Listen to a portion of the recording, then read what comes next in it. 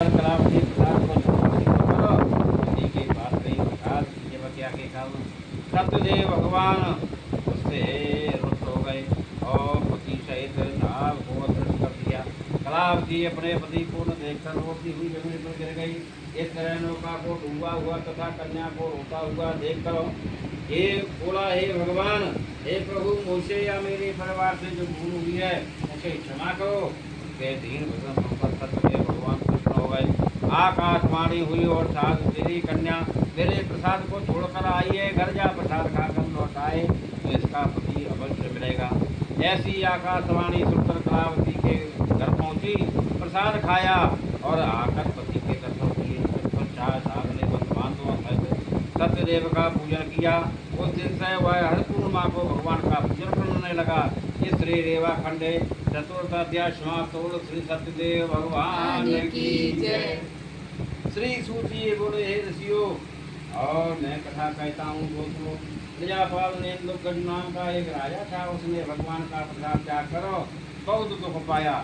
एक समय वन में जाकर वन पशुओं को मारकर बड़ के पेड़ के नीचे आया और वहाँ उसने ग्वालों के भक्तभाव बंधुओं सहित सत्यनारायण का पूजन करते हुए देखा।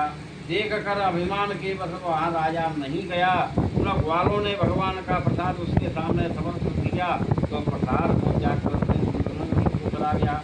वहाँ उसने सब कुछ नष्ट पाया। वह जान गया यह भगवान का किया हुआ है। ग्वालों के समीप विधि पूर्वक पूजन करो। फिर ग्वालों के समीप गया और विधि पूर्वक पूजन करो।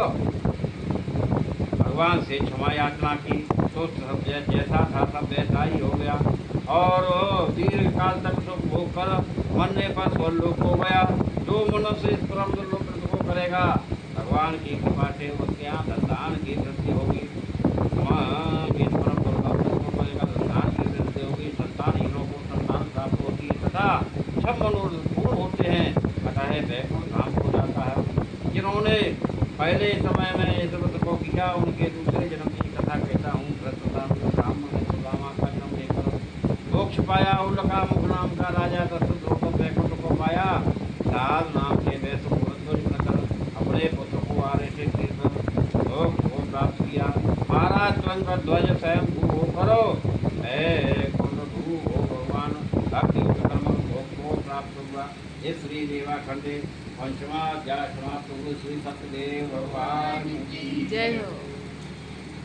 आओ अपन तैयार।